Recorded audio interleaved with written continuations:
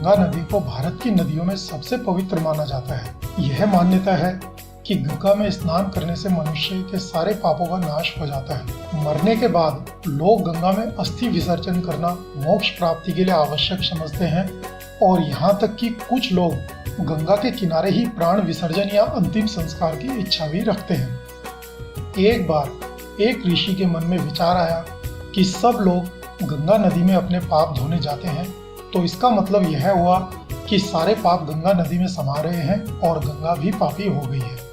इस बारे में उन्होंने काफी लोगों से विचार विमर्श किया, लेकिन उन्हें कोई भी संतोषजनक उत्तर नहीं मिला। अब यह जानने के लिए कि गंगा में धुले हुए पाप कहाँ जाते हैं, उन्होंने भगवान की घोर तपस्या करी। तपस्या करने के फलस्वरूप भगवान प्रकट हुए। ऋषि ने पूछा कि हे भगवान, जो पाप गंगा में धोया जाता है वह पाप कहाँ जाता है? भगवान ने कहा कि चलो गंगा से ही पूछते हैं। दोनों लोग गंगा के पास गए और कहा कि हे गंगे, सब लोग आप में स्नान करके अपने पाप धुलते हैं, तो इसका मतलब यह हुआ कि आप भी पापी हुई। गंगा ने कहा, मैं क्यों पापी हुई? मैं तो सारे पापों को ले जाकर समुद्र को अर्पित कर देती हूँ। अब वे दोनों समुद्र के पास गए और कहा, हे सागर, गंगा सारे पाप लाकर आपको अर्पित कर देती है, तो इसका मतलब यह हुआ कि आप पापी हुए। समुद्र ने कहा, मैं क्यों पापी हुआ? मैं तो सारे पापों को भाप में बदलकर बादल बना देता हूँ। अब वे लोग बादल के पास गए और कहा, हे बादल, समुद्र पापों को भाप में बदलकर बादल बना देते हैं, तो इसका मतलब यह हुआ कि आप पापी हैं। बादल ने कहा, मैं क्यों पापी हुआ?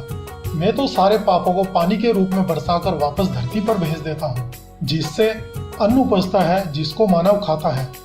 उस अन्न को जिस मानसिक स्थिति से उगाया जाता है और जिस तरह की कमाई से प्राप्त किया जाता है, जिस मानसिक अवस्था में खाया जाता है, उसी के अनुसार मानव की मानसिकता बनती है और वैसे ही उसके विचार बन जाते हैं। इसलिए हमेशा भोजन सिमरन और शांत अवस्था में करना चाहिए और ध्यान रहे कि खाने वाला अन्न जिस धन से खरीदा जाए वह धन मेहनत और ईमानदारी का होना चाहिए।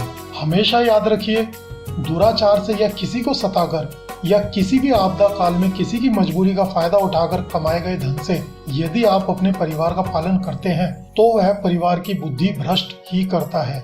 उससे जो सुख मिल रहा है वह तो केवल क्षणिक मात्र है, किंतु लंबे समय में वह दुख का कारण बनता है। यदि आपके सामने गलत तरीके से पैसा कमाकर कोई भी फल फूल रहा है तो यह जान लीजिए कि वे उसके पूर्व जन्म के संचित पुण्य हैं, जिनको वो निगल रहा है, भोग रहा है। जैसे ही पुण्य कर्म समाप्त होंगे उसके बुरे दिन आरंभ हो जाएंगे। इसलिए मेहनत और ईमानदारी की कमाई से ही अपना और अपने परिवार का भरण पोषण कीजिए, वरना गंगा में धुले सारे पाप आप पर और आपके परिवार पर आ जाएंगे।